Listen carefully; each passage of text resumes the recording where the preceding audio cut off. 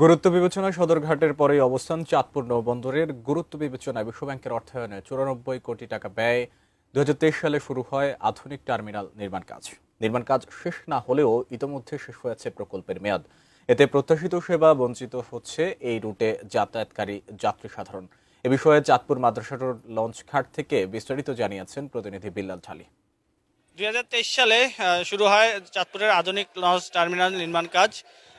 এটি 2025 সালের জুলাই মাসে শেষ হওয়ার কথা ছিল, কিন্তু সরকার পরিবর্তনের পরে এই কাজটিতে ধীরগতি নেমে আসে এবং জুলাই মাসের দিকে এসে এই কাজটি সম্পূর্ণরূপে বন্ধ হয়ে যায়। ইতিমধ্যে এই কাজটি 30% সম্পন্ন হয়েছে। আমরা যতটুকু নির্ভরযোগ্য সূত্রে জানতে পেরেছি, এই যে কাজটি চলমান ছিল, এটি ঠিকাদারি প্রতিষ্ঠান তমা কনস্ট্রাকশন এই কাজটি সম্পন্ন করার দায়িত্বে ছিলেন।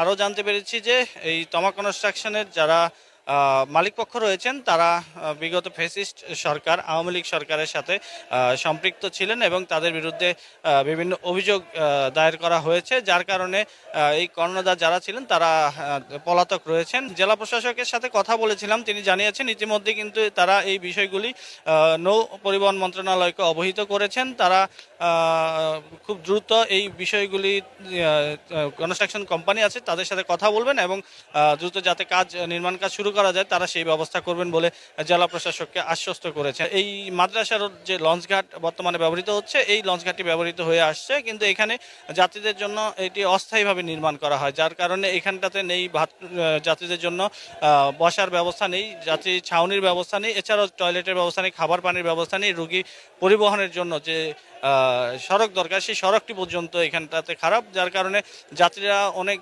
দীর্ঘ বছর ধরে দাবি করে আসছিলেন যাতে এখানে আধুনিক নৌ টার্মিনাল নির্মাণ করা হয়। এই ছিল চাঁদপুর আধুনিক লঞ্চ টার্মিনাল নিয়ে আমার কাছে সর্বশেষ।